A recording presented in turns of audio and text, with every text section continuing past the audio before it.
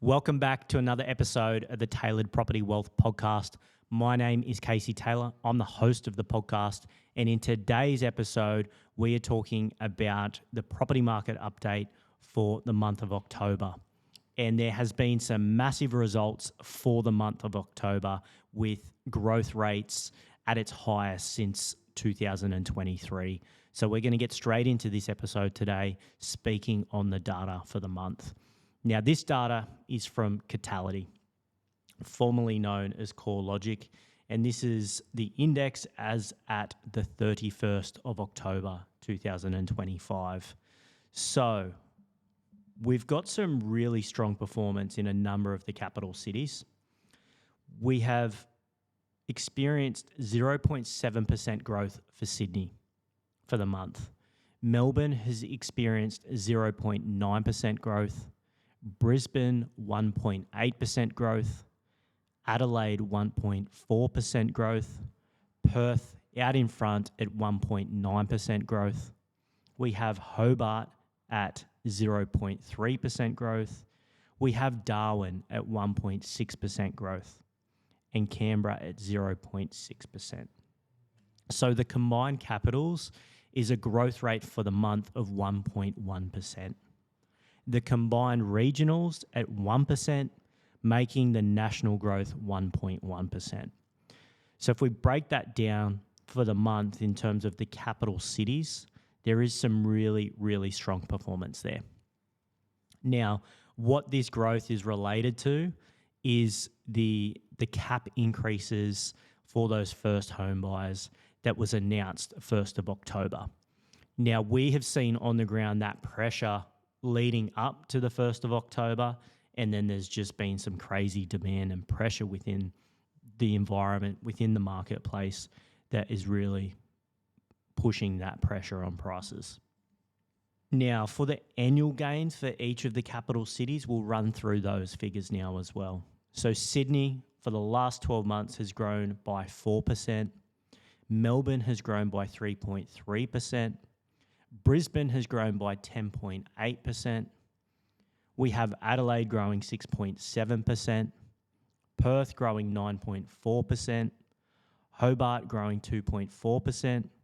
And we have Darwin with 15.4% growth. And Canberra 3.2% growth. The combined capitals have grown 5.6%. Combined regionals has grown 7.5%. And the national growth for the last 12 months is 6.1%. So if you look at some of those marketplaces over the last 12 months, we have seen a couple of marketplaces do double-digit growth. So Brisbane 10.8%, Darwin 15.4%. We've got Perth that's just under that 10% growth over the last 12 months, and we've got Adelaide 6.7%. And then we've got that Sydney, Melbourne. It's a little bit lower, but there's still been performance there. And Melbourne is really starting to shift and change.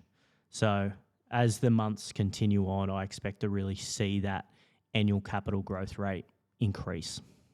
The reality of it is, if you could have purchased 12 months ago and you did not purchase, doesn't matter the marketplace, you're now paying more for exactly the same asset. Now, some marketplaces are a lot higher than others from a capital city perspective.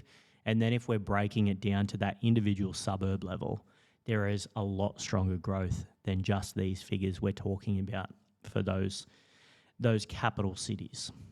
If you can get the local government area right, if you can get the suburb right, there is extremely high growth to be had. So the national dwelling values increasing 1.1% is the strongest growth since June 2023. So that's pushing the annual growth, like we said, to 6.1%. It's not a bad return on your investment, especially if, like I said, you can focus on that local government area. You can focus on that suburb where growth rates are far higher. The reality of it is this pressure is going to continue. We have that shortfall of supply in the marketplace. We have listing levels below what they were 12 months ago, and they were low 12 months ago. So there is limited stock. And when you're out there purchasing, it does take time to find that quality stock. It's going to mean you're going to miss out on some stock as well because you don't want to pay over market value. That FOMO piece is going to really take effect again, like we saw post-COVID with that boom. People are just getting in and paying overs just to get in and secure something. So you still have to take your emotion out of purchasing right now to not pay over. Trust the process. Make sure you're focusing on that quality. Don't lower your standards just to get into something. That's all we're going to go through today is just purely those performance figures and just a couple of things we're seeing on the ground. We've got capital growth at the highest in the last couple of years, and we have a low listing level environment. We've got the government setting a target of that 1.2 million homes over the next 5 years, and they are falling short on that. So that supply is not keeping up with where we need it to be. Plus, we've got the immigration into the country. So there is that pressure there for growth. If you get the marketplace right, you're going to experience extremely strong capital growth. That capital growth is going to allow you to leverage into further properties and continue to build your wealth. Now is the perfect time to get in and take action. If you're sitting on the fence, if you're fumbling the bag, you are simply going to pay more for the same asset if you wait 6 to 12 months. And then you have to go out and you have to borrow more money for the same asset. If you have the borrowing capacity now, you need to get yourself in a position to start searching for property. If you are only starting now, the likelihood is that you're probably going to be purchasing in early 2026. If your goal is to purchase in 2026, you want to be gearing up now to get your finances in place to start property sourcing and securing something. It's going to take time to find that quality property under market value in those areas prime for growth. So you need to set yourself up now for the future into 2026. Hope you've enjoyed this one. It's just some simple data on the market update for October 2025. Thanks for listening, and we'll see you on the next one.